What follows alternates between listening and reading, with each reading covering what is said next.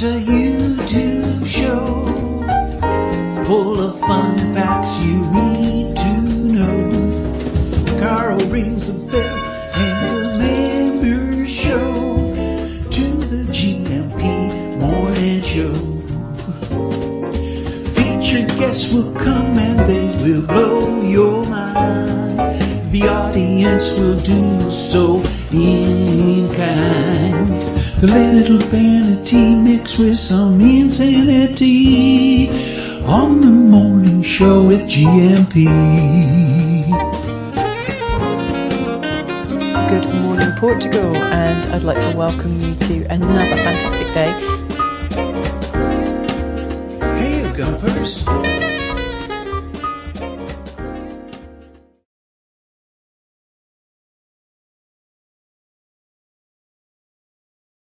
I'm on the Michael Heron Munson here with the Good Morning Portugal show, live stream and podcast. There's definitely a T-duck shaped hole in the landscape of Good Morning Portugal these mornings at the moment. However, I can show you a photograph that T-duck took on a recent trip to Obidos. This is an absolute beauty. This is one of the fantastic windmills of the Silver Coast. Look at that. Isn't that amazing? How are you this morning? Do let us know in the chat. 9 o'clock this morning. Look at the beautiful graffiti on the ancient windmill there. Now, when you first arrive here in Portugal on the Silver Coast, you could be forgiven for thinking they are gun emplacements. They look quite military, don't they? And defensive. They are, of course, a windmill, and that is the windmill that the great Terence Austin painted for us live one morning here on the Good Morning Portugal show. So there you go. Thanks, T-Duck, for that. I hope you're enjoying your rest.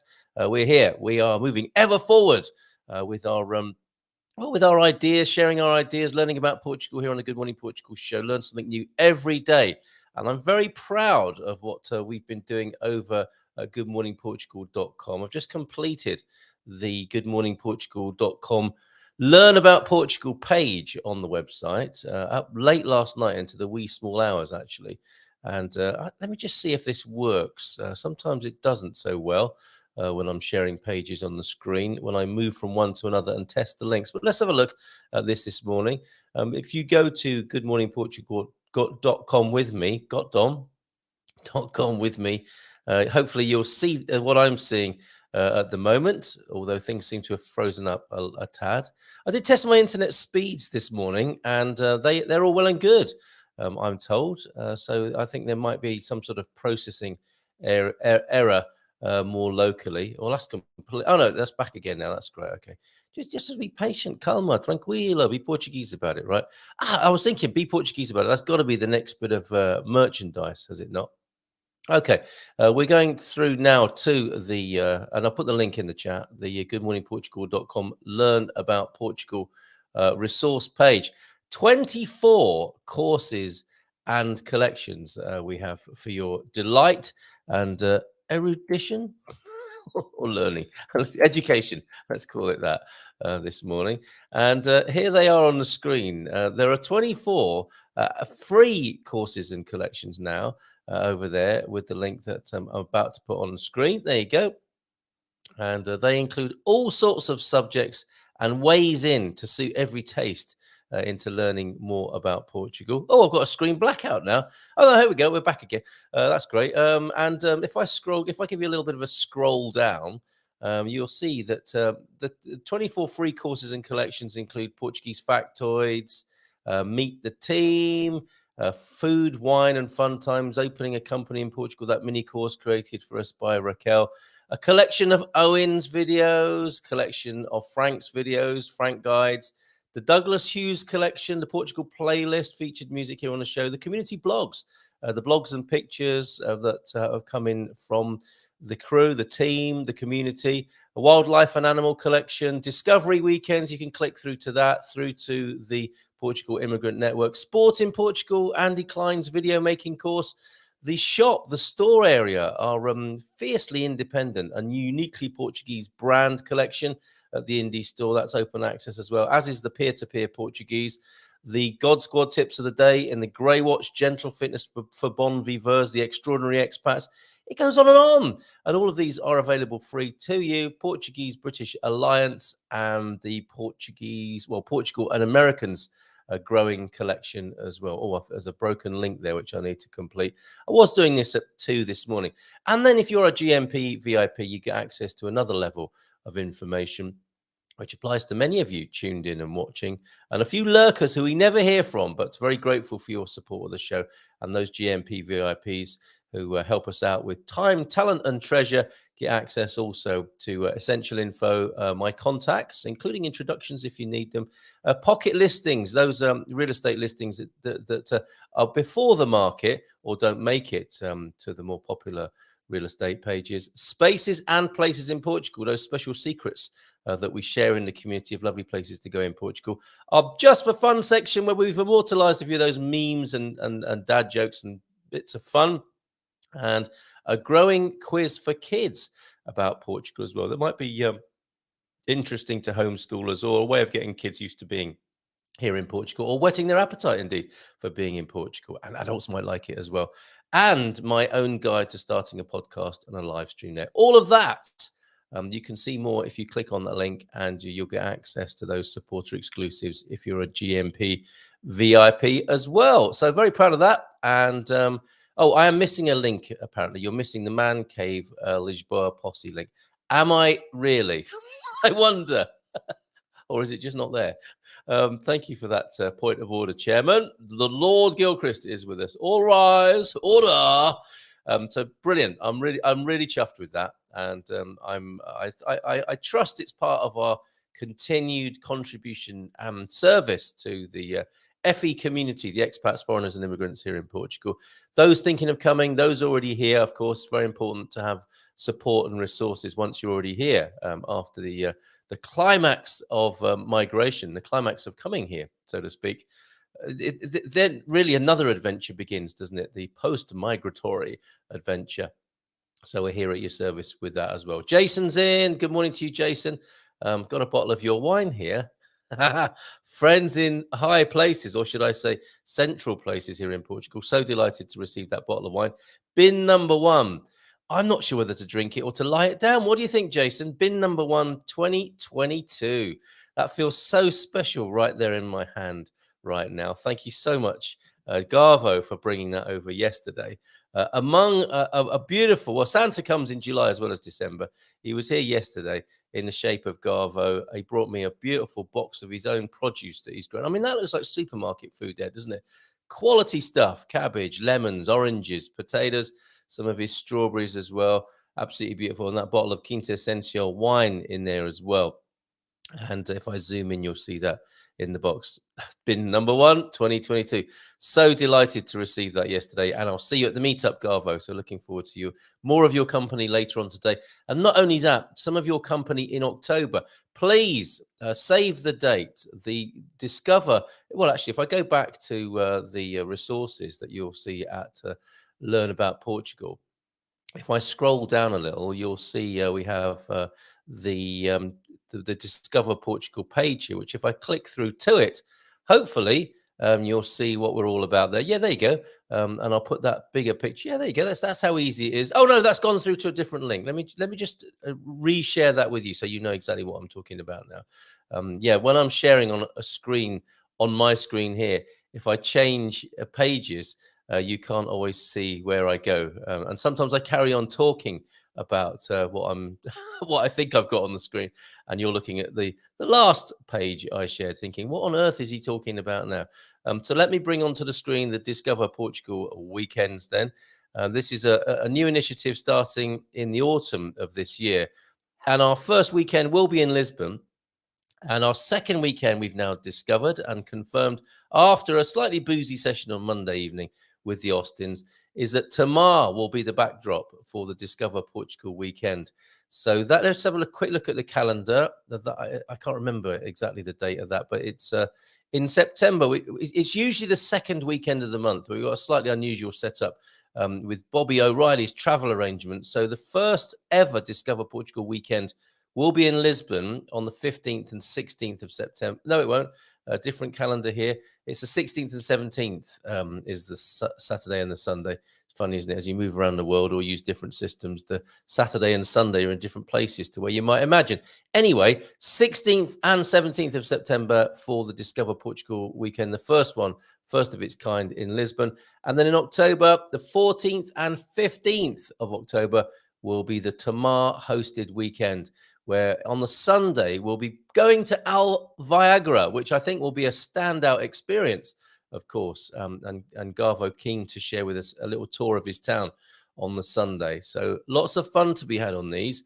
Discover Portugal. If you want to host one of these in your part of the country, get in touch with me. And it's not an onerous task, as you can see there. On the Saturday, there's a brunchy, lunchy thing, and then on the Saturday afternoon, a local tour. You don't have to take responsibility for all of these. There will be local tour guides, I'm sure, who want to do that, who you can connect us with. Evening social on the Saturday, basically a pee-up, and great fun with the Gumpers getting together, a bit of entertainment. We'll see what party pieces people have. Sunday, brunch, lunch again, then a bit of a gathering. There'll be different types of accommodation to suit different tastes and budgets, and just pick where you want to stay. You choose. Sunday afternoon, local tour. And of course, whilst we're all hanging out together, you can get to put faces and bodies, real people. You can experience people in 3 dimensions as we meet up on generally speaking, the second weekend of every month around this wonderful country of ours. And if we get together a little bit earlier on the Friday evening as well, we'll have an extra little booze up and gathering and connection on the Friday evening as well.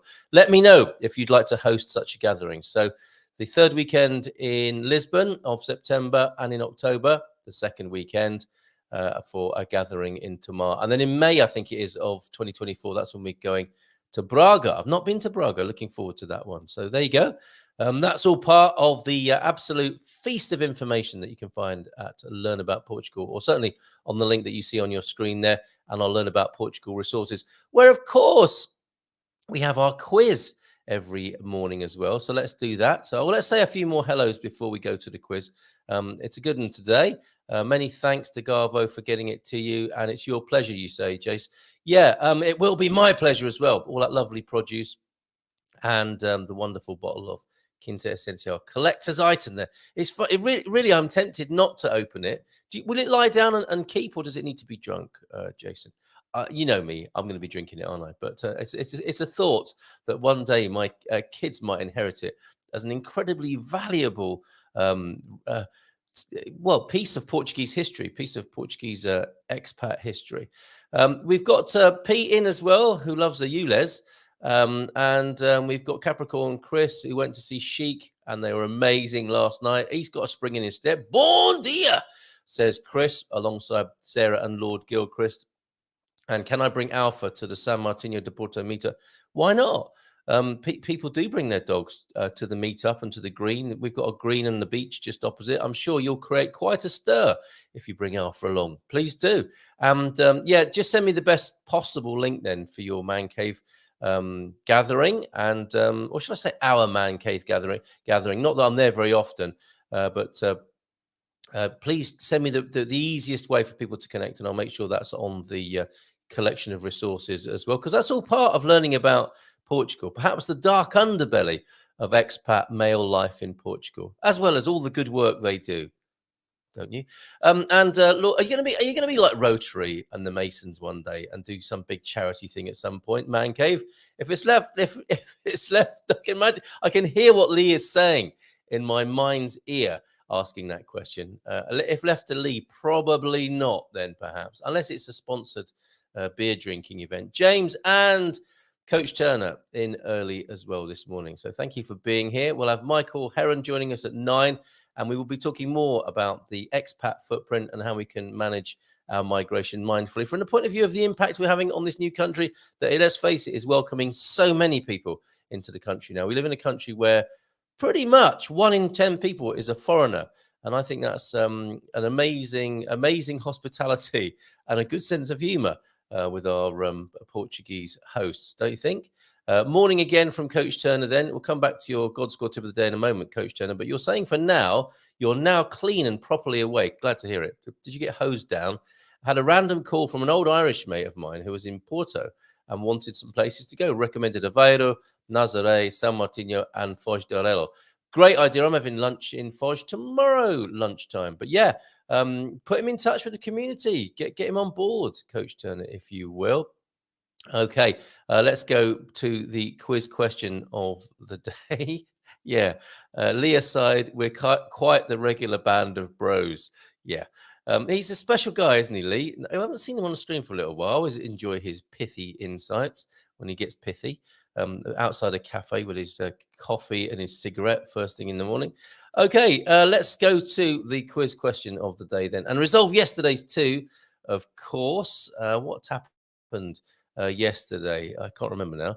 But today's quiz question then on the Learn About Portugal quiz for the 5th of July 2023, which I must remember to bring to your screen and not just be looking at for myself. Is it there yet? Are we there yet? Clicking buttons to bring it onto the screen, and nearly there, I think. Bear with. Oh, I pressed click to add it, and then I've pressed the remove button. I've pressed the same button, and it's removed it. So there you go. On the screen now, I hope, is the Learn About Portugal quiz question for today, the 5th of July, 2023. Where in Portugal? It's not on the screen, is it? It's just empty. Oh, yeah, it's on there now. Where in Portugal is carrying out activities likely to alter its morphology banned? Carrying out activities likely to alter its morphology. Where in Portugal is that banned? I'll give you a clue. In the same place, noise-generating activities that under the terms of the law may cause discomfort. It's like one of those memes. Can you name a noise-generating activity that may cause discomfort? You're doing it wrong, if that's the case. This place, then, is it the Livrario Lelo, the Harry Potter bookstore in Porto? Is it the Portuguese Parliament? Is it Mercadona, where you should be making discomforting noise? Is it the beach? Or is it within the proximity of the great Barcelos cockerel? And I want to play one of these. We've got somebody who's just recently arrived. I'm hoping they're going to make that clear today, because I want to give them one of these.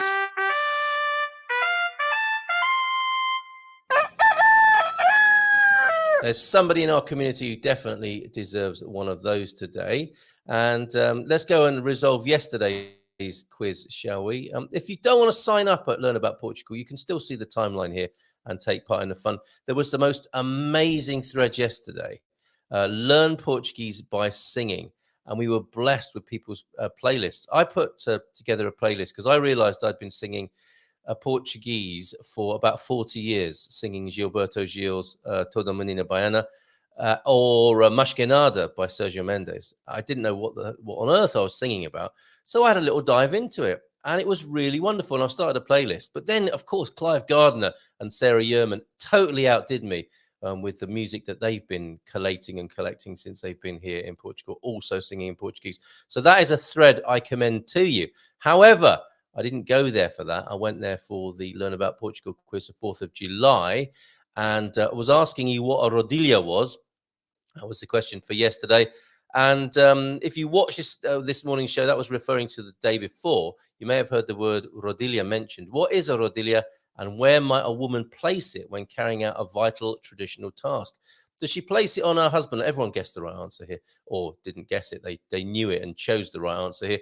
On her husband, in the village square, as far away from the local community as possible. Does she stick it on her bonce on her head, or put it in her underwear? As of course, the rodilha is that piece of cloth, as Jen says here, a cloth ring worn on a woman's head so she can carry large baskets or buckets, or amphora, as we saw from Philomena's video on Monday morning. That was amazing. And when I was researching this, I found out as well that Rodilha is an amazing brand, like a textile company that makes some really cool socks as well. So they'll be going into our indie and fiercely Portuguese collection of brands over there on Learn About Portugal as well. Well done if you got the right answer there for Rodilha, and I need you to answer today's question about making loud, discomforting noises as well. Congratulations to you if you got that right. Rodilha is the rag ring, as it were, that a woman puts on her head to carry heavy objects. Which I don't think include husbands. Mark's also, congratulations, Mark, on the matriculation. It's matriculation Mark here this morning, and Antonio F is in now. What's this, Pete? I'm quite shocked that your audience, I think the emphasis here is your audience, isn't it, Pete? No one went for in her underwear. Yes, yeah. Maybe there's a Portuguese saying that says, never trust a woman who stuffs a rodilha in her underwear.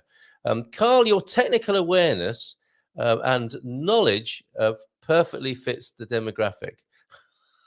Am I being damned by faint praise there, I wonder, this morning?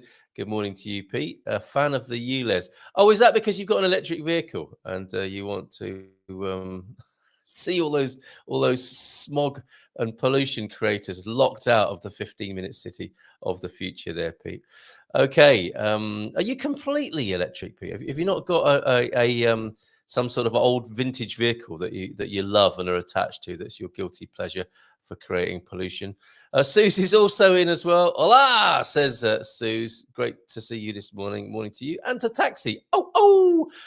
This morning. Okay, God Squad tip of the day, and we've got Michael Heron joining us soon. And yeah, really thinking about our expat footprint, the footprint of the FEs, and the impact we make.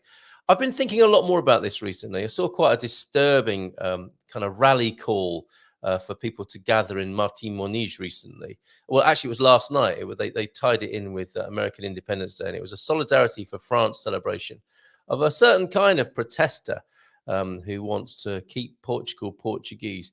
We are in an age, aren't we, of course, where migration statistics, migration drama, migration, well, the polarity and what's the populism around the whole idea of migration may be being used to fit certain political agendas. And I think it's really important not to be a boiled frog about it. And that is not a French slur. You know, the analogy, if you would to be as horrible and cruel as to put a frog in boiling water, apparently they just sit there and boil to death. And humans can be like that in society with certain issues, can't they? Just don't want to talk about that, and you boil to death before you know it. And I don't want that to happen here in Portugal. I want us to be very mindful and aware of the impact we're making, given we come as a collective group of FEs, expats, foreigners, and immigrants, 1 in 10 people. That's quite the impact for Portugal to take on and keep smiling about. And I think we should be right there in the mix of talking at every level, you know, governmental level, talking to our fellow Portuguese people about what it means and how we can integrate best, and have a massive party as well of all those different nationalities with their food, drink, and music, even a radio station. We got a sponsor for a radio station. Can you imagine that? Like Migrant FM here in Portugal. The music would be incredible from all around the world, wouldn't it? And then our annual party, our annual festa, international get-together, like a respect festival, discovering all the beauty of those various nationalities that are coming to Portugal. Mainly trying their food and drink is what I'm thinking whilst listening to their music. Excellent stuff. Let's go to the God Squad of the day then. Finally got there, didn't I? Some 23 minutes later. Hola, Gumpers. Tudo bem? Glad to get back to running yesterday, though, and my legs feel it this morning. A catch-up day today, doing odd jobs before Donington at the weekend. You're a busy fella, Ian. And Greece next week. Busy. God Squad tip of the day then, and we'll play the walking video before we see Michael this morning. God Squad tip of the day. I know I have disparaged some activities like cycling and swimming a little, as they aren't weight-bearing. However, they are great forms of aerobic exercise. It's important to balance it and mix it up, isn't it, Ian? I like a bit of swimming, I like a bit of cycling, walking as well, and an occasional activity that gets me out of breath, especially. So if they're your favorite, that's great. Then try to add in an additional activity that is weight-bearing on other days. Walking, running, dancing, paddle, football, or pickle, all will provide what you need, all about the balance. And like you said yesterday, don't rely too much on aerobic exercise to help you lose weight. It's about keeping your metabolism fit and well, isn't it? As much as anything. Pushing yourself a little bit as well and getting some of those exercise endorphins pumping as well. James was in early doors. Bom dia, Gumpers. Feliz Cata todos. Okay, tem feito. How are you this morning, James? Good to see you here, nice and early. And thank you, Portuglish Lord Gilchrist. He signed up over at learnaboutportugal.com and has access. Have you taken advantage of any of the collections or courses yet, Lord Gilchrist? Would be glad to have your feedback about that. Let's stay with the God Squad tip of the day then, and going back into the record stack, a vintage Oh, did I download it or not? I thought I did. I thought I downloaded the walking video. Yes, I did. We've looked at technique. With we've looked at the basics really, and we're going to go a little bit deeper into walking part 2 here, and walking technique, because I know we've all been pretty much walking for most of our lives, and we think we've nailed it. But you might have picked up some bad habits as well. Of course, everything we do habitually can, of course, bring with it a bad habit that doesn't serve us and can be a little bit on the dysfunctional side. Not just talking about the walking, that can be anything in life, can't it? Unless and until you do it mindfully. So I suspect this is a mindful walking here, and a little bit of extra technique from the God Squad boss, the Hofmeister, Coach Turner. Here we go. A couple of minutes of the coach talking about walking technique. If you're off for a walk today, this may be of interest to you.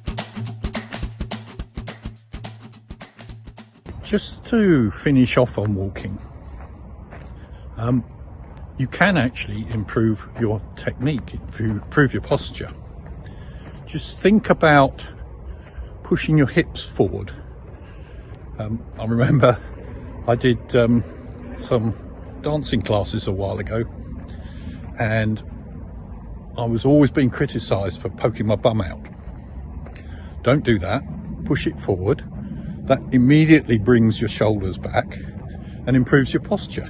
So try and do that. And the other thing to concentrate on is trying to keep everything in a straight line. It's important when you're doing any running or walking to not twist your legs. Lots of people are either pigeon-toed or web-footed. Try and gradually improve that if you have that issue. It's just helps gradually reduce the chance of you being injured. And if you're injured, you can't train, you can't be fit. So it's fairly important. So when you're walking, we talked about increasing the amount you do, which is gradually a way of improving your fitness levels. The other thing to do is to begin to walk a little quicker. If you have a hill you're coming up against, push up it a little. Begin to raise your heart rate more. Breathe a little. Not so you're uncomfortable, we're not trying to do that, we're trying to enjoy it. But if you breathe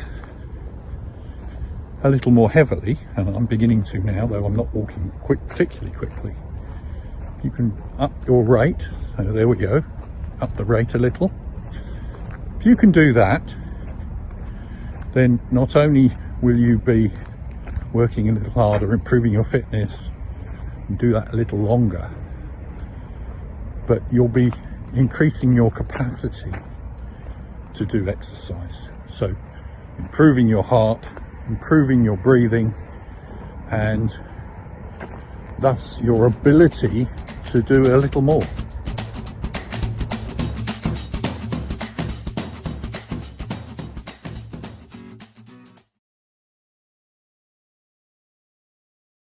Bottom out and thrust your pelvis forward with shoulders back, like you were told when you were a youngster, possibly as well. So thank you very much, Coach Turner. That course, of course, is among the treasury that I spoke about earlier at learnaboutportugal.com. Now, the petrol heads and the Go Gretas, I don't know what the banter term is for electric vehicle drivers. Go Gretas?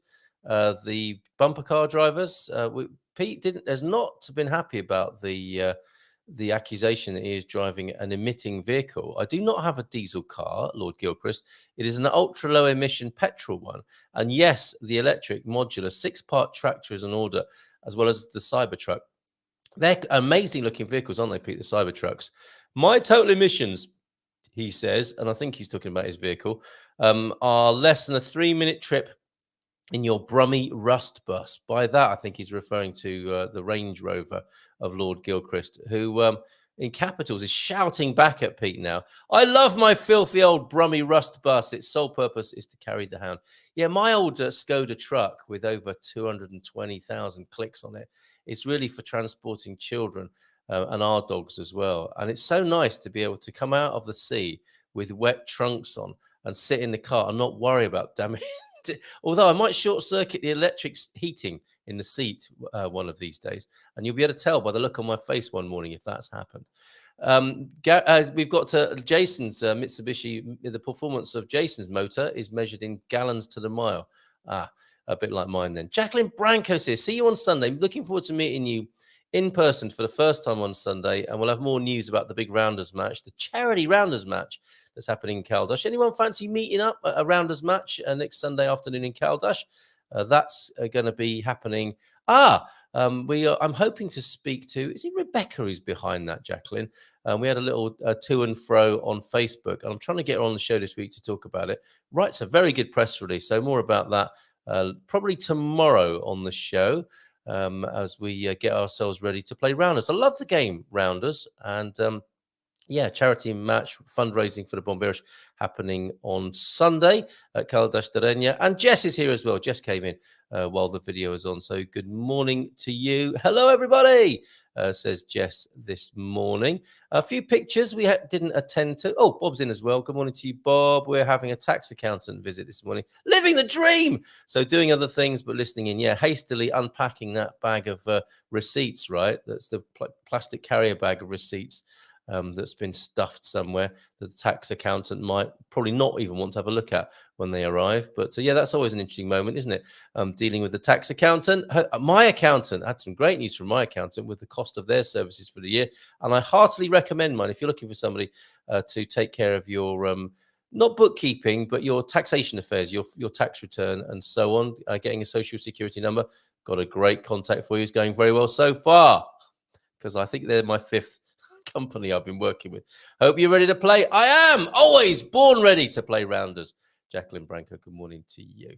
Okay, a few of those pickies then while we're waiting for, is this going to be a Michael Heron no-show day?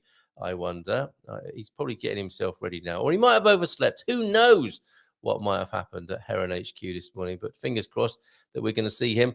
In all the trouble, the technical hurly-burly yesterday, I'm not sure if I did Victoria's hot sauce justice. She made her own piri-piri, which she slathered onto her kebabs yesterday or the day before. Some great cooking there. And I think that's some, are they eggplant parmesans, as you Americans would refer to them? Are those sliced courgettes or aubergines there as well that look like they might have been grilled? That's some good grub. It's making my mouth water, as were the sardines that I cooked. Now, ordinarily on a Wednesday, we'd have a check-in from Astrid. And last week, we had a check-in from Jackie, who's gone off gallivanting, so can't join us this week. So I will do it instead. This was Jackie who joined us last week. And I'll explain why I was showing you a picture of sardines in just a moment. This is Jackie, who spoke to us last week, and I've clipped that. That's in our YouTube channel. If you want to find out the backstory of Jackie, who has recently joined Expats Portugal and where she fits in there, that's in our YouTube channel. And this week, we are going to be, tomorrow evening, I'm going to be presiding over the Great Debate Final. Northern Portugal, that's Hank versus Jerry in Central Portugal. 7:30, it's the Battle of the Regions final tomorrow night. And of course, we'll be followed by the Dream Team session. Should be a lot of fun tomorrow evening. And we'll see if Jerry retains the crown and goes through for a second year representing Central Portugal as the best place to live in Portugal. A slightly revised format, but the same Zoom polling challenges that are really quite nerve-wracking to me. It was hilarious last time. And the Dream Team, of course, who I spoke about with Jackie last week when she popped in. And that's 9:00 tomorrow evening. Many of those lovely folk on the screen answering your questions, the Dream Team. It's the rock and roll of migration. And of course, you can see Gilda there. That's why I've got the picture of the sardines. And I said to her, I hope this is all now finished and behind us, Gilda. No, I need to see documentary evidence, a video. And I forgot to send her that. So that's what I'll be doing. Oh, yeah, don't forget, while we're looking at the pickies here, the Quinta Essencial, where I have the wine of the same name. Look at that. The new shop opening celebration this coming weekend. you might want to avoid Tamar and head to the peacefulness of the countryside and go and see the Nova Loja, the new shop of Quinta Esencial, this weekend on the 8th and 9th of July. Also, whilst we're looking at pictures, Mercadona at the moment, if you want to make a homemade Francesina, or just like drinking the sauce, you could drink it out of a mug, couldn't you? Or dip your chips in it. Just have chips with Francesina sauce on. The Hacendado brand of Mercadona, or Mercadonald's as we call it in our family, in order to get the kids there. Does anyone want to go to Mercadonald's? Yeah!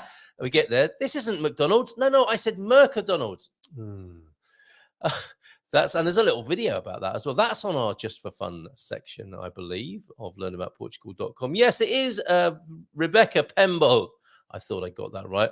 Let me just take the Francesina off the screen so she doesn't think she's being associated with Francesina sauce. She might be a bit saucy, but she might not want to be related directly to Francesina sauce there. That's a Mercadona, by the way. But they also, it's Rebecca Pemble behind the Rounders match, charity fundraiser Bomberos in Caldas de Reina this weekend.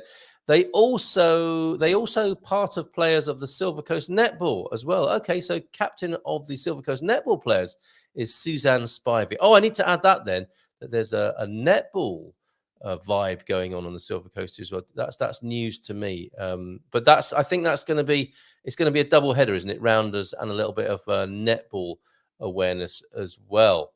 That's a very deeply competitive game, isn't it, netball, once it gets going and gets a little bit competitive.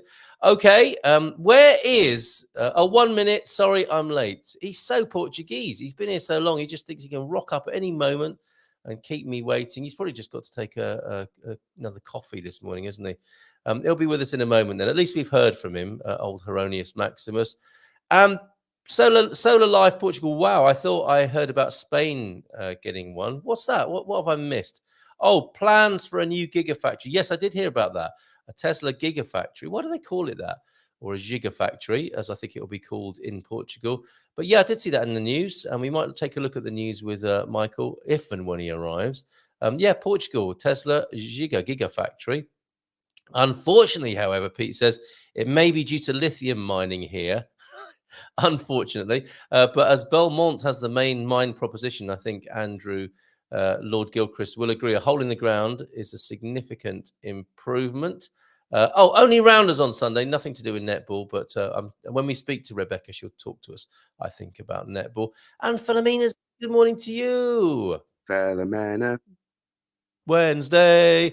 Bom dia a todos. Espero que os nossos amigos americanos já tenham recuperado da festa de ontem.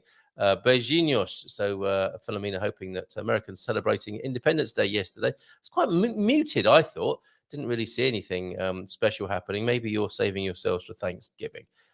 Or maybe you just wanted to spare us Brits the indignity of rubbing it in our faces. I don't know. Still looking, says Suze, for a partner to plan a meetup in central Portugal. Do it, Suze, do it. And João F is here now. Good morning, everybody. The audience does swell, the membership swells, so to speak, when Michael Heron's name is mentioned, and he is waiting to join us behind the scenes now. So let's give him a nice big round of applause. Hi, everyone. Good morning. Oh, as you waved there, Michael, you gave the lucky cockerel a stroke, which is what we encourage all visitors to do. Oh, wow, we can't start like that. It's too much. If it's good enough for my other guests, I think it's good enough for you. The other guests start by stroking a cock. That's what they do. The lucky cockerel is how I prefer to put it. Fair enough. Do you want to give that's put you ill at ease, isn't it? I mean, I wasn't expecting to start with that, but there we go. It's all right. I'm happy to adapt, mate. Whatever you need for the views. Whatever you need for the views, it's all good. You're such a pro. Really, you're rolling with it this morning. How you doing, buddy? You right? I'm very well. I'm going to move you away from it to save any further embarrassment. There we go. No, that's okay. There we go. That's better, isn't it? And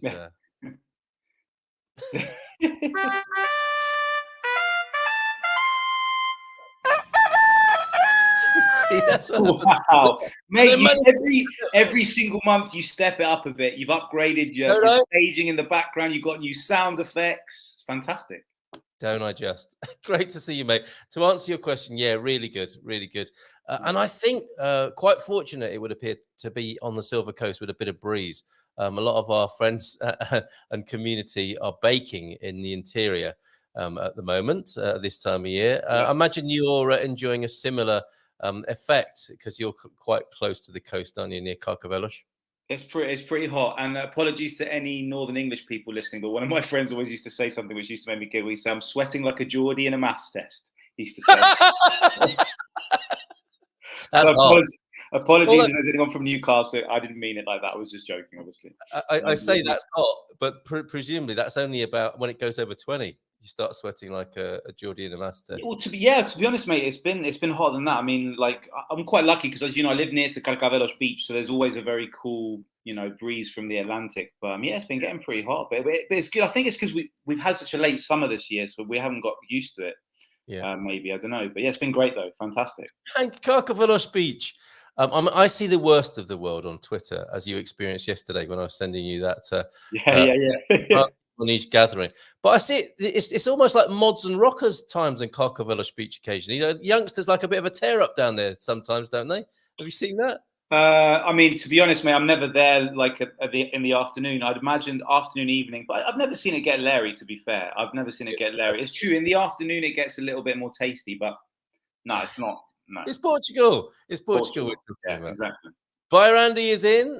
My Portugal mate gets those big ham and cheese part-baked rolls from Mercadona and the francesinha sauce, pours the sauce on the roll and bakes it. Naughty but nice. The reason we're mentioning this, Michael, is because I noticed that Mercadona the other day, you can buy francesinha sauce. Yeah. And that looks like a really good thing to have in the cupboard. When you get back from a boozy night, you do some chips and then you pour that all over it, or you just dip the chips in the francesinha sauce. So... Yeah. Well, and Mercadona is such a great shout, because they only opened a supermarket close to me about 6 months ago, and whenever I used to go to Porto, I'd always go to Mercadona and bring things back for me because some of the so many of the Spanish products are so good you can't get them unless you go there. So yeah, so true. The jamón is very good, isn't it? Jamon's very good. The tortilla, everything. And to be honest, mate, I found that the prices are cheaper than the other supermarkets. We shouldn't plug a Spanish brand on a Portuguese show, but who cares, right? Well, I have been more in the past. I have been more mindful and careful about that. But I've so fallen for Mercadona that I don't mind giving credit where it's due now. And I don't know. That is how credible you are as a broadcaster. You are objective with your recommendations. You do not pander to the man. Depends which day we're talking about. Well, however, I mean, you say, we're promoting a Spanish supermarket over and above the Portuguese ones. But 55,000 Portuguese people they've employed in the last 5 years since they've got here. It's phenomenal. Can't be bad, and they've got big expansion plans. But what are the Portuguese supermarkets? Because a lot of them aren't they Polish and French owned? They're not exactly Portuguese owned anymore, are they? Pingo Doce, and there's a couple. I mean, they're all owned by the same company. Are they? Company. Yeah, so I think it's good they get a bit of competition, Yes. Okay. So yeah, we'll be interested to know if there is still a truly Portuguese supermarket. Somehow doubt it. Pingo Doce is Continente Portuguese. I think it is, isn't it? Leclerc's obviously French. I'm trying to think what other supermarkets there are. I don't know. So I just go to Mercadona. Well, and before anyone else says it, and go to your local market as well, and mix it up a bit. I mean, that's the thing. We could get distracted by talking about which is the best supermarket to go to, but do go to the local traders and the smaller shops and the markets as well, if you possibly can. And that's the best way, I think, of supporting a local Portuguese business. I would have thought. Yeah. For fruit and veg, definitely, I would always say doing that, and sometimes for your meat and fish as well. Yeah, for sure. Yeah, it's really interesting, Carl, because I've noticed that the elderly Portuguese they shop every day, so they buy what they're going to cook that day, so it's always really, really fresh. Like I really rate that. I think that's really smart, because they don't waste food. Well, I'm happy to be called an elderly Portuguese. I mean, I think I shop every other day, possibly. I was including you in that demographic, mate. elderly Portuguese. I'll take it. I'll take it. How rude of me. I didn't ask you how you were. Is the back fully, are you fully fit now after the back Yeah, injury? I'm fully recovered. It's weird though, because I was in a bit of pain just not wearing the back brace for a couple of weeks because all the muscles I wasn't using my back, I was starting to use again, right? But I'm absolutely fine. I'm really good. I'm relieved to not be wearing it in the summer, put it that way. And was it like being Iron Man when you used to put the back brace on? Did you feel like a superhero as you were strapping up? Not really. I mean, I didn't have to queue at the supermarket, so that was always quite nice. So you're going to keep it? Yeah, I'm going to keep it. I'll occasionally put it on. Don't tell anyone. Whoops, I just ruined it. It's in the back of the car for when you're doing one of those quick. It's in the back of the car, just in case. Yeah, I have a little peek through the window. There's too many people there. Strap it on. So that's right. Finances, Seth, any of these appointments. Yeah, back brace. That's it. Don't give it back to the physiotherapist. And even you might be able to rent it out. No, we wouldn't condone such terrible behaviour. Quite frankly, this is a live show. We've already said it, mate. We might as well just carry on. We've gone down the rabbit hole. Brace is out the boot, which is, I think, is the new Portuguese phrase that we've come up with. So you're all good, all well. You've been jet setting recently? I'm going to Madrid next week, so this will be my first trip since my injury, which I'm excited about. Although it's going to be about 50 degrees there, so but it's always nice to go there.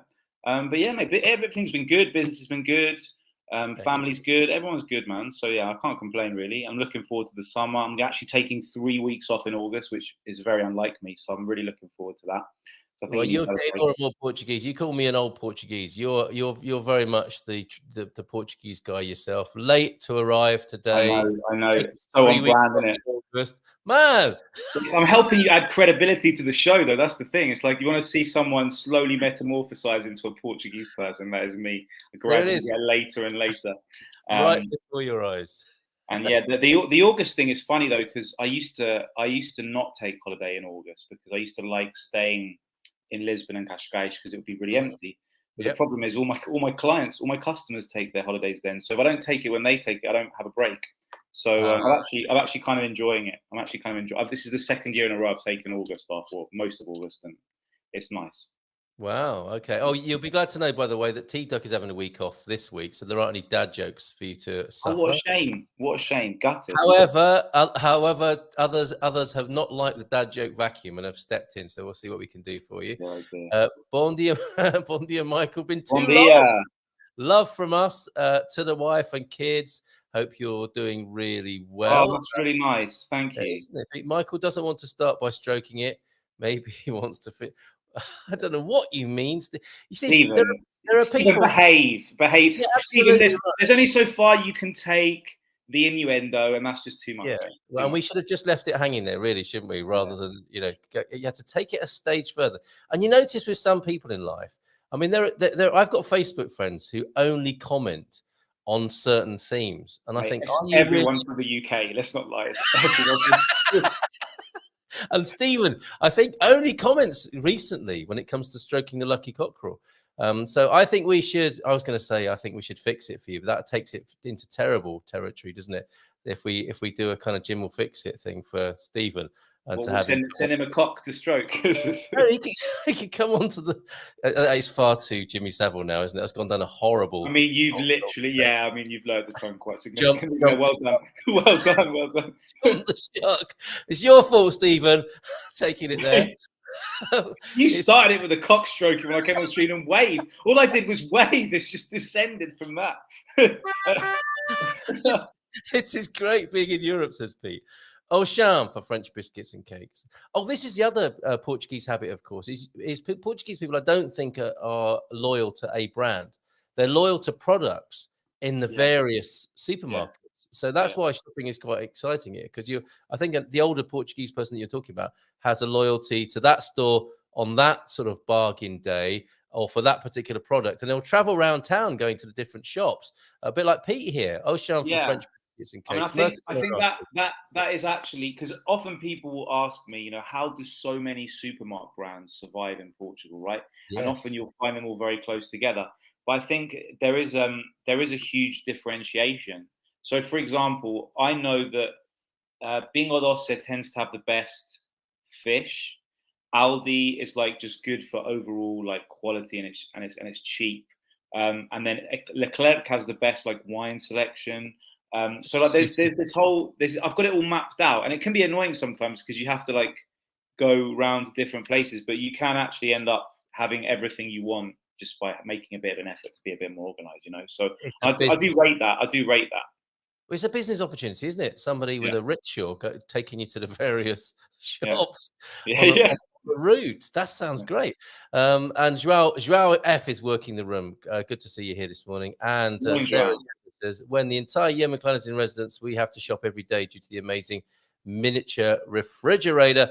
That is, I mean, that's quite the contrast, isn't it? Comparing it to the American fridge, which I think is probably becoming more popular in Portugal as Americans demand them. But those walk-in fridges that you probably the whole family can get inside and have a snack if necessary and cool down.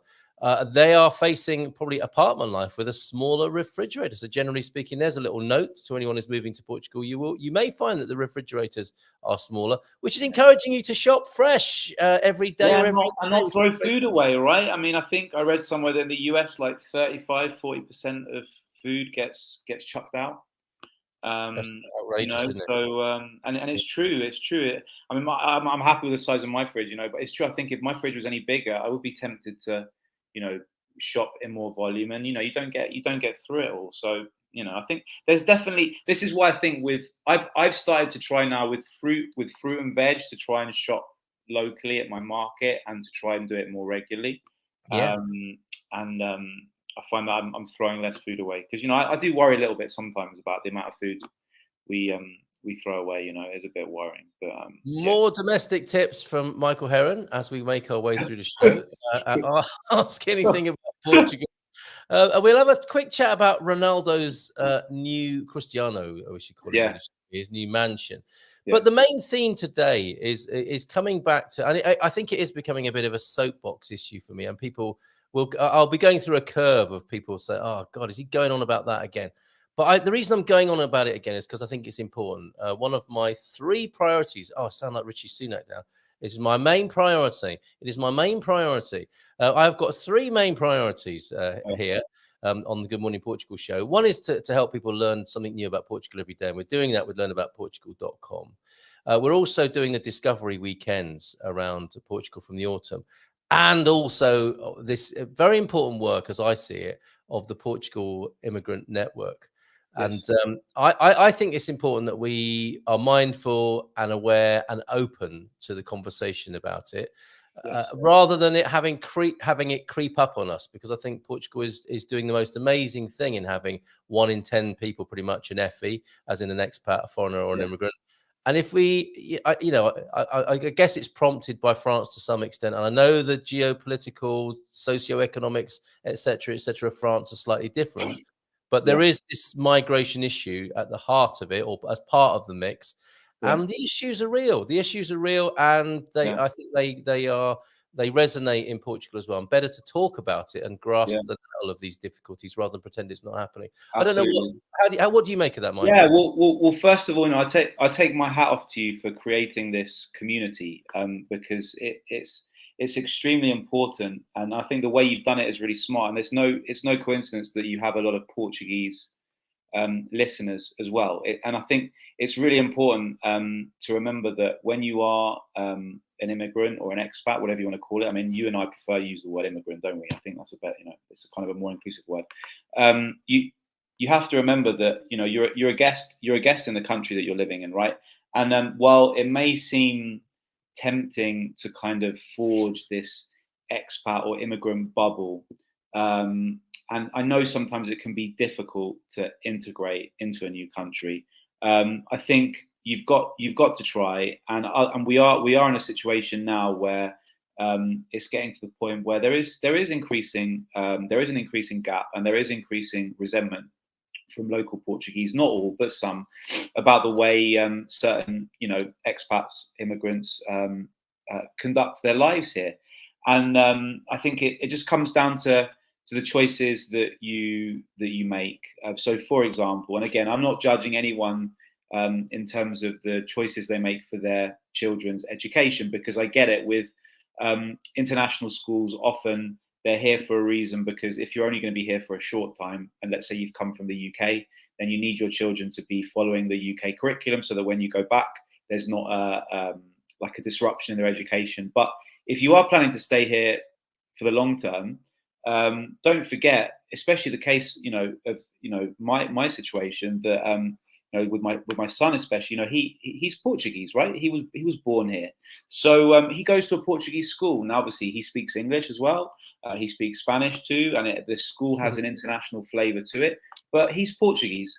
My mother had the same problem with me, I'm sure. Being an Argentine lady, bringing me up in the UK, she wanted me to be Argentine, but she respected the fact that I was born in England, and I'm very English, right? I mean, there's no denying it. So I think this is a mistake that some expats make that are planning to stay here long term, and they are unnecessarily isolating themselves. And you don't need to do that with your children as well. And I know some of the international schools are a lot more mixed and a lot better at doing that. And that's just one tiny example of the way in which we can make it harder for ourselves. And I get it. I know the Portuguese culture can be a bit private at times. It can be difficult to break through that. But I think that's more on us than it is on them, because you've got to understand in somewhere like Lisbon, if you've grown up in the same city your whole life, you've gone to university here, you've worked here, you've built your big group of friends, you're not as motivated to make new friends as someone from the outside. So I think anything you can do that gives you a connection to your local community, whatever it is, I think that can really, really help. But at the same time, I do understand, there's a lot of nuances to this, and it is extremely difficult. So I think anything that we can do to help, bridge that gap is extremely important, because you're right. When I first got here in 2014, the idea of an English guy living in Lisbon was quite unusual. Obviously now there's more and more of us here, and not just from the UK, but from everywhere. And obviously it's unfortunate that has coincided with an increase in cost of living and an increase in real estate prices, which is by no means just the responsibility or blame shouldn't just be on us for that. But I can understand why that. I put it this way: I can see both sides. I really can. Yeah, yes. It's not an easy thing. And what tends to happen quite a lot with issues now. And I've got a little video to play of a minute. I think this is made by Migration Matters, who look into. They do mini courses online actually to help have a more nuanced discussion about it. And the danger, of course, and what tends to happen is these things are polarized, like so many issues in life at the moment. It's like, are you for it or are you against it? Yeah. And if this is so, then the opposite must be true or false. And that kind of, you can understand. I mean, if you're dealing with very logical subjects or parts of life, that might be true. There are parts of life that are black and white, but then you look at migration and it really isn't black and white. No pun intended there. It's something that we, I think, at our peril, deal with in generalities and polarities.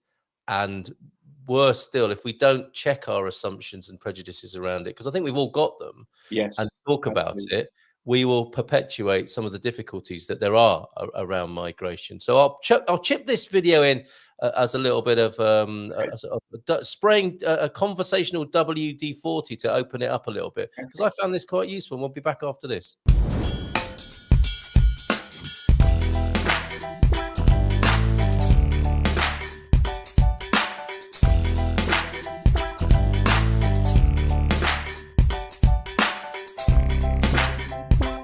Sometimes borders increase the tendency for migrants to settle permanently against their own wishes, to actually go back and forth. When I came here, I started to hear them say, like, you have to integrate, but I already integrate, just put me in the street and I integrate with anybody. There's no universally agreed upon legal definition of who a migrant is.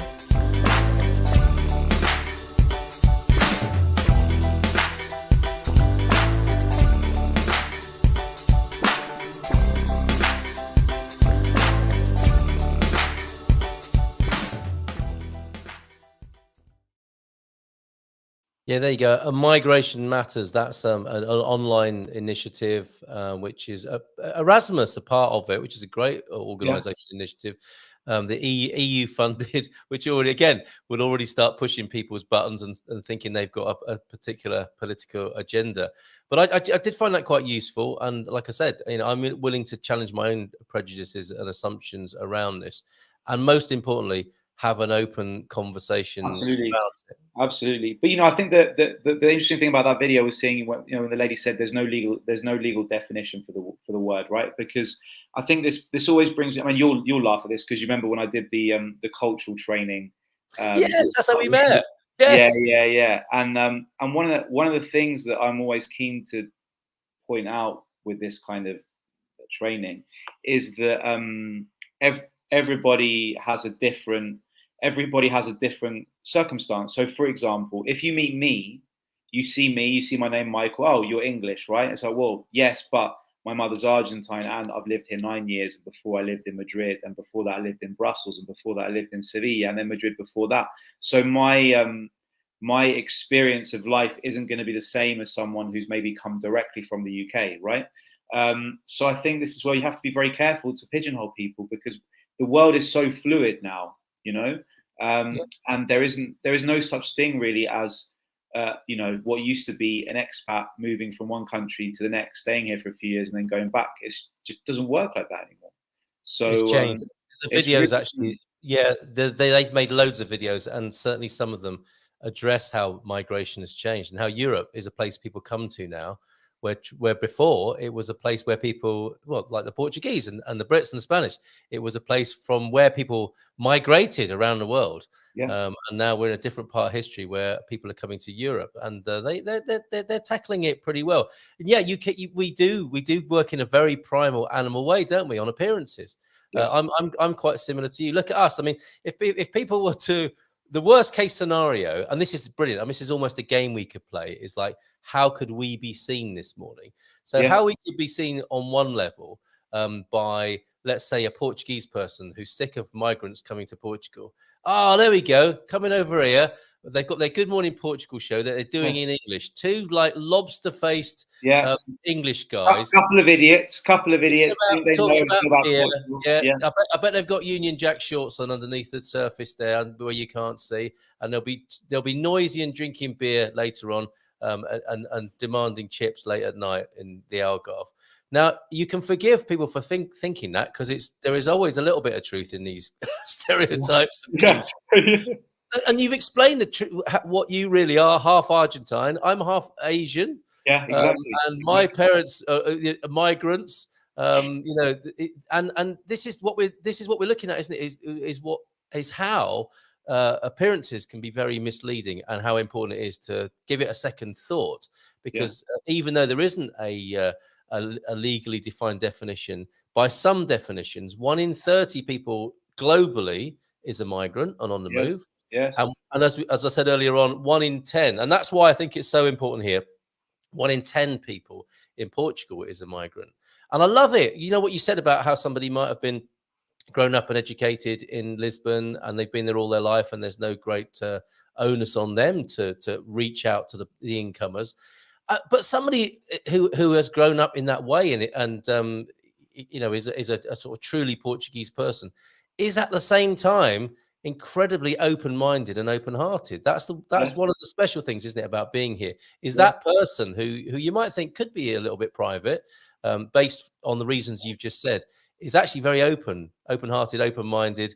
And whilst there are, I suppose, societal, cultural norms that don't have you invited back to their house straight away, in conversation, in the workplace, having a coffee, in the right environment of going out for lunch or dinner with that person, the Portuguese are so incredibly friendly, hospitable, and open to what's going on in their country. And I think that's something we can, that's a great start, because I don't think it's like that in every country around the world. No, definitely not. I mean, obviously the elephant in the room, in a sense, I guess, and this is kind of like the most important thing, the number one priority for any newcomer to Portugal is learn Portuguese. Yes. Learn Portuguese and make it your priority. Even if you don't need to, because most people speak English, even if you don't need to use it with work, make it your priority, because it will make such a difference. not only to your experience, but the way we are perceived as well. You know, Yeah. it shouldn't be a surprise to a Portuguese person when somebody from the UK can have a conversation with them in Portuguese. There is no excuse. I know it's difficult, and not language is not a skill that is as easy for everybody to acquire. Obviously, I'm lucky because I was brought up bilingually in English and Spanish, so I had an advantage. But as you know, Carl, I struggled massively to learn Portuguese, and I had to work extremely hard to get there.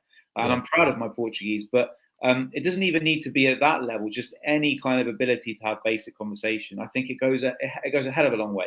A hell of a long way. You were my benchmark. Sorry, carry on. Yes, I was saying, I think that is the number one reason that it creates so much resentment.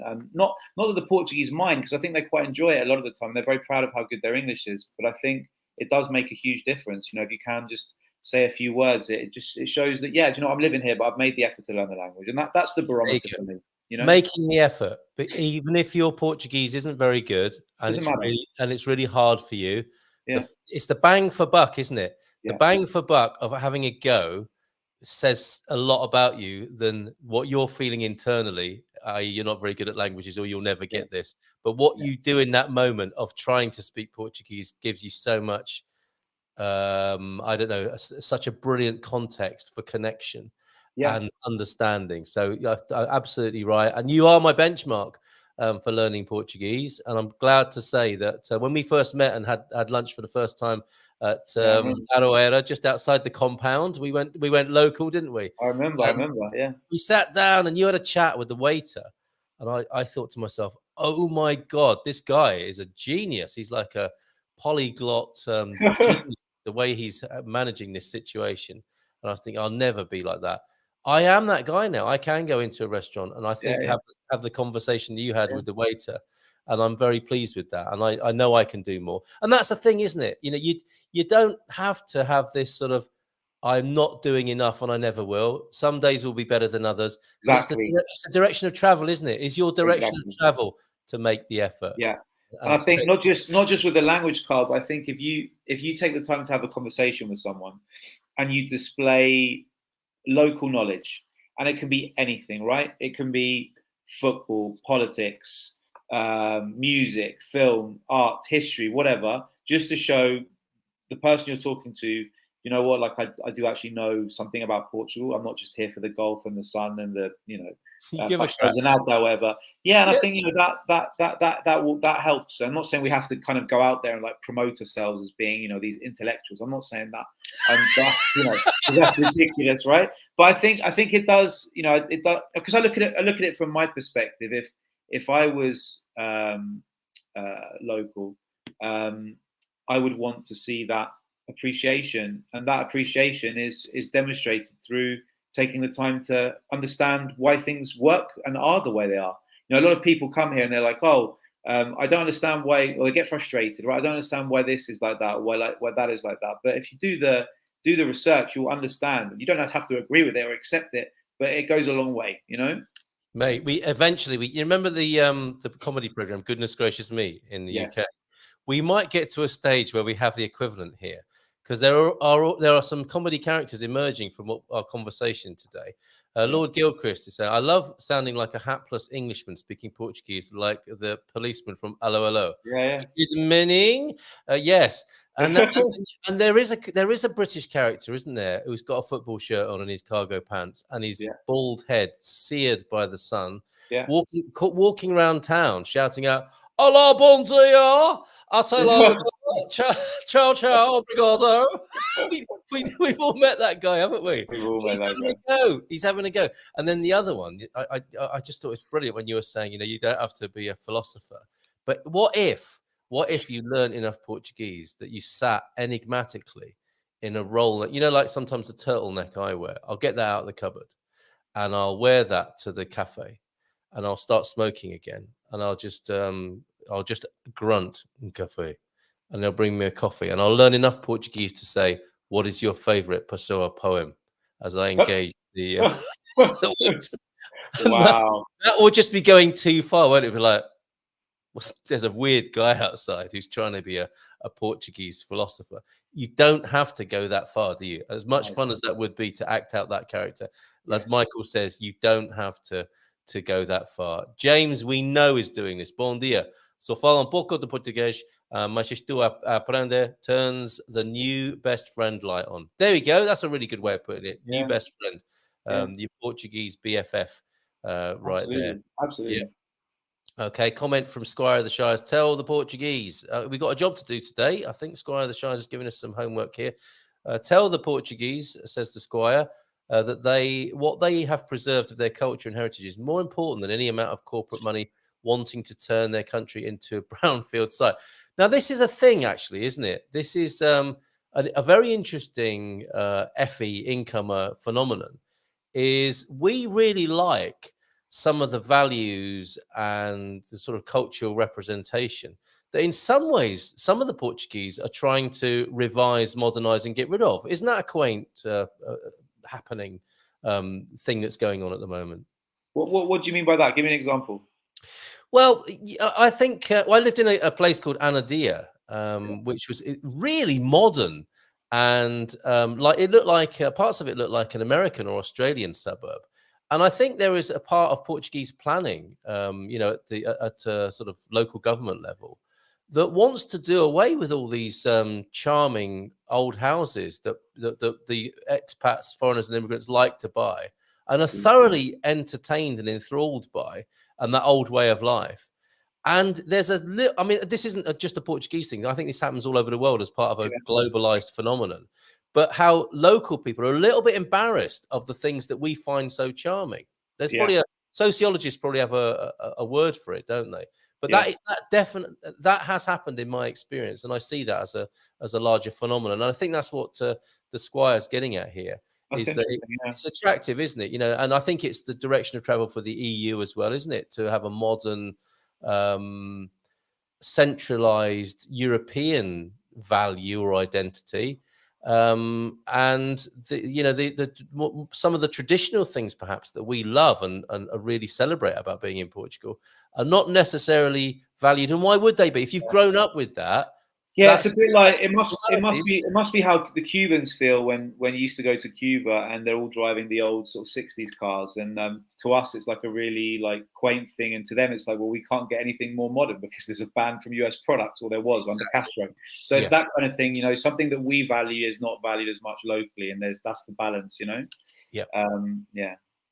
Well, there it is, Portugal Immigrant Net. If you want to see what we're doing with that, and if you want to be part of it, my vision, my manifesto, Michael, and we'll talk about Cristiano's hospital-like extension to his house in Cascais in just a moment, and maybe have a look at a few news stories. But my sort of hidden agenda here is to have a massive annual festival of the migrants, and to celebrate the culture with food, drink, and music of the respective cultures. Because this is a three-dimensional conversation as well, isn't it? There's us and Portugal, but there's also us as one of the nationalities of many, 20 plus nationalities coming into Portugal. Probably, wherever there are people in the world, somebody from that country is here in Portugal. And that, I think, is a really important part of this work, which I don't think is happening anywhere. I don't know that the nationalities are talking to each other, and I don't know that there is. You'll be able to tell me this, I think, because you're a cosmopolitan guy. Is there an expat, foreigner, or immigrant association that seeks to unite the interest of the various nationalities and represent culturally to fellow neighbours, Portuguese neighbours, and to government? Is there such an organisation? I don't think there is. No, it's a good point. Not in the general terms. I mean, you'll find communities that bridge the different nationalities, but there's always a different agenda, right? Be it a startup network or business or whatever, right? Or sport or religion. But no, there's nothing necessarily there to bridge that gap between local and foreigner. And looking at it from another angle, and I say this respectfully, but we had Tig James on the show again, in her monthly residency now. Her claim, and she's seen it, the worst of it. Seth, she says, isn't fit for purpose, And that sort of collective or organization among migrants might be a useful collaborative process as well to help CEF get their act together, to get fit for purpose, and to have a voice in how that service. I mean, great timing, isn't it? We're supposed to be in a reorganization of CEF now, and it's going to become APMA. That was meant to happen last April. I think it's going to happen later this year now. But I don't know if there was any consultation with foreigners. Some might argue, why should there be? You know, it's not. It's not. Yeah, I mean, to be honest, I kind of tend to agree with the latter with that, and I think Okay.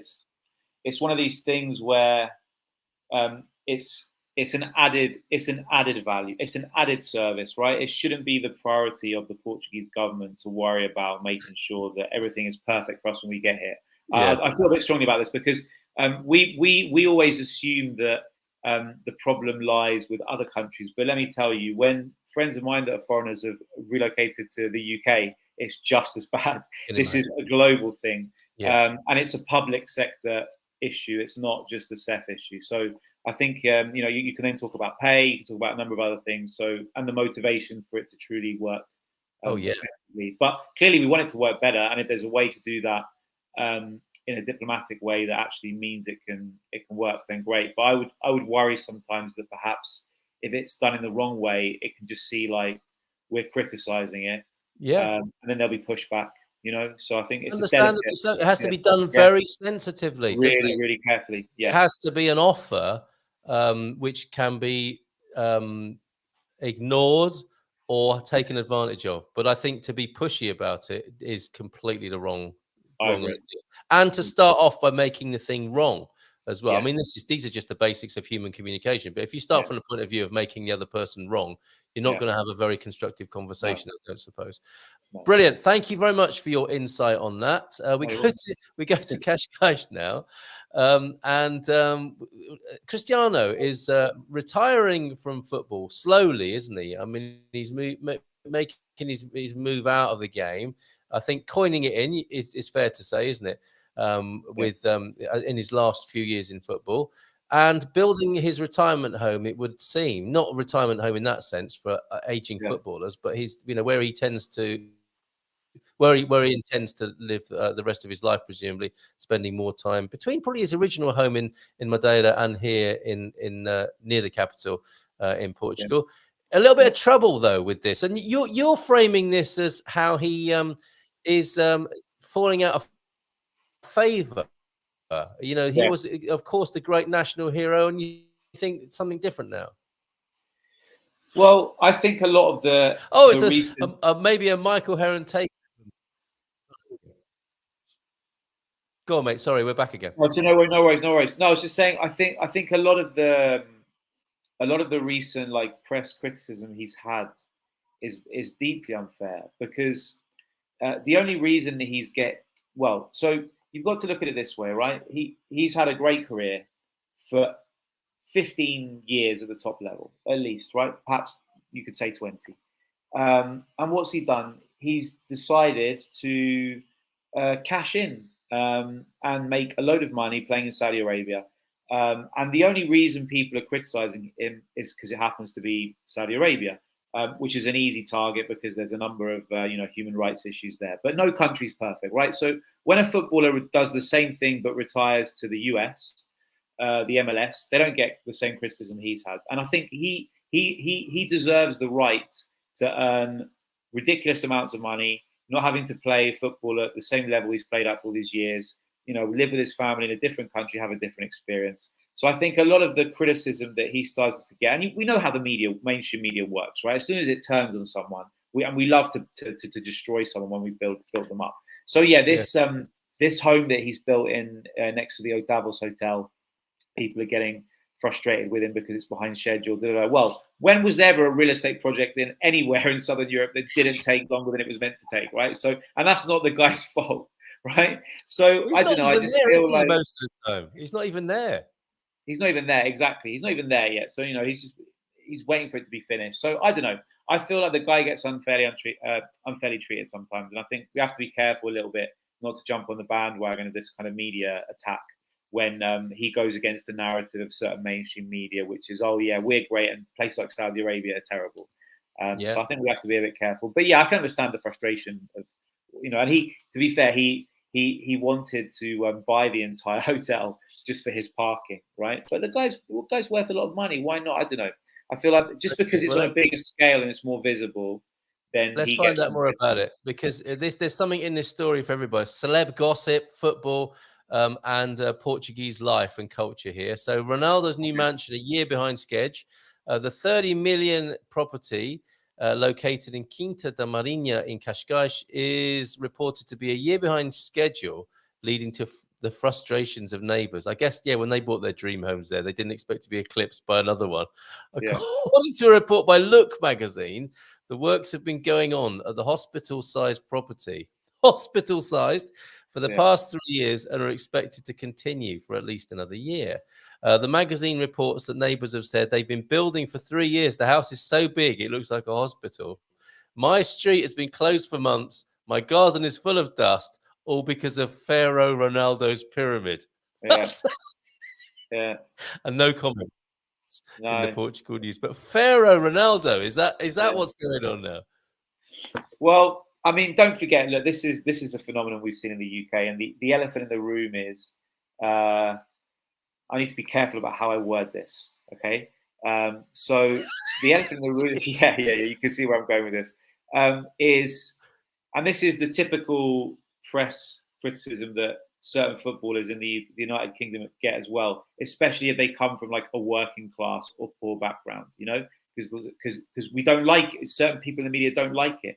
They like to criticize it. So, oh, how dare he? He's a poor boy from Madeira, and who does he think he is? He's come here and he's built this huge mansion, and it's, the only people complaining about it are rich people in Cascais that are pissed off that his house is bigger than theirs and that their mansion is getting a bit of dust in the garden. I mean, that's the way I interpret it. It's like, well, that's, chill out, mate. It's fine. Do you know what I mean? So I have zero sympathy. Take a chill pill is the advice from Michael Heron, the neighbours of Cristiano Ronaldo. Have to be the neighbour of Pharaoh Ronaldo, I'm sure. Okay, a couple of things. We will finish today with go back to the quiz question, which you might like to have a stab at, Michael. Despite my internet connection, I think being a little weak. And I think I owe you a little bit of an explanation or to resolve something. This was the rather angry-looking poster that I sent to you on WhatsApp ahead of the discussion we were having about immigration. And it looks pretty scary, I have to say. And it was a meeting of Portuguese nationalists in Martim Moniz, where I think they've chosen that place because it's quite quite the gathering of Islamic folk and who pray openly in the square there. So it's become a bit of a motif or flashpoint, I suppose, for people who have a problem with that. And so with what's gone on in France, some Portuguese nationalists wanted to have an Independence Day gathering at 6 o'clock yesterday. And I was quite worried about this, about how eggy it might get. And I sent you the poster, and we were both, I think, had some concern about it. Because, I mean, the way the guy's done his face there is like proper old school fascistic sort of political it looks poster, like a Nazi propaganda World War II like thing, doesn't it? The 100-yard stare, looking into the future over other people's heads, sort of stare. So that was circulating on. It was solidarity with France as well from the Portuguese nationalists, and that was on Twitter.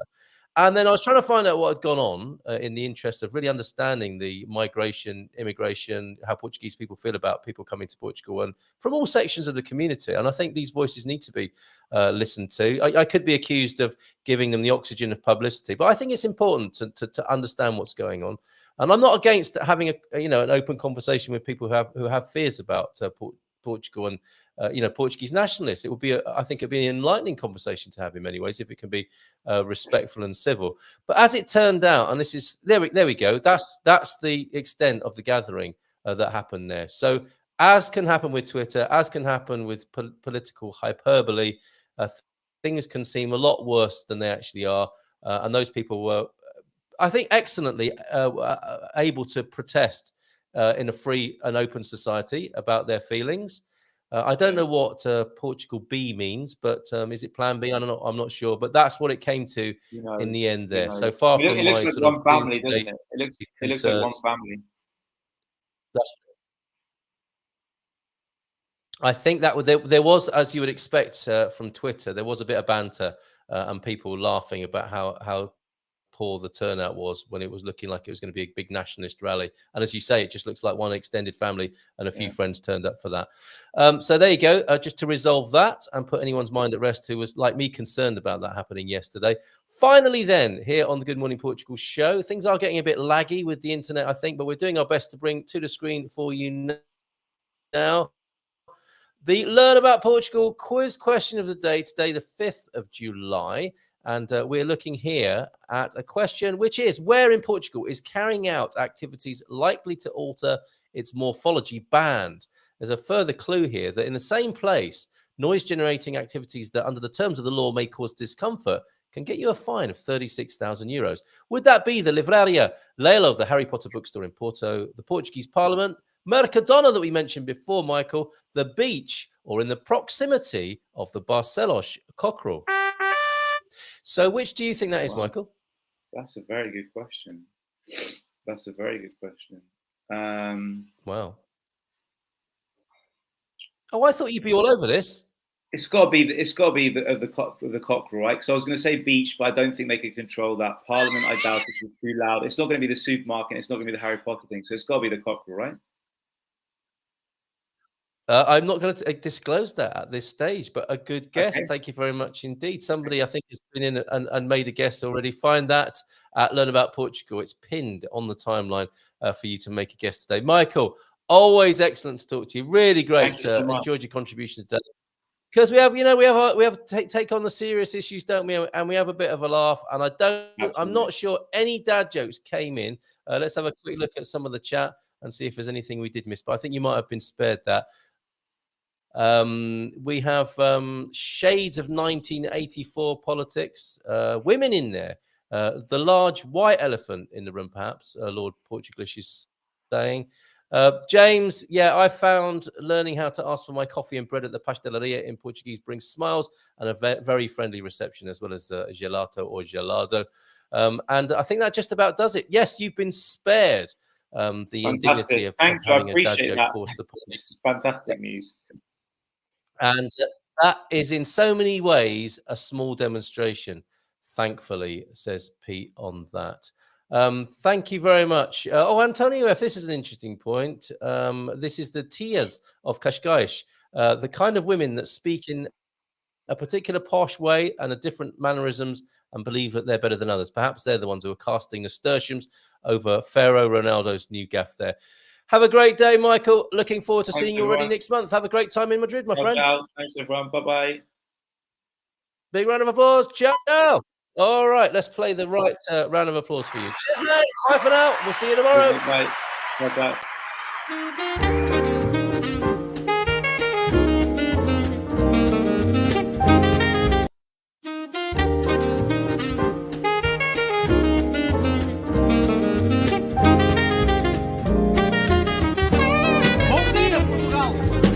In Portugal, there's a YouTube show full of fun facts you need to know. Carl rings the bell and the members show to the GMP morning show. Featured guests will come and they will blow your mind. The audience will do so in kind. The little vanity mixed with some insanity on the morning show with GMP. Good morning, Portugal, and I'd like to welcome you to another fantastic day. Hey, Gumpers.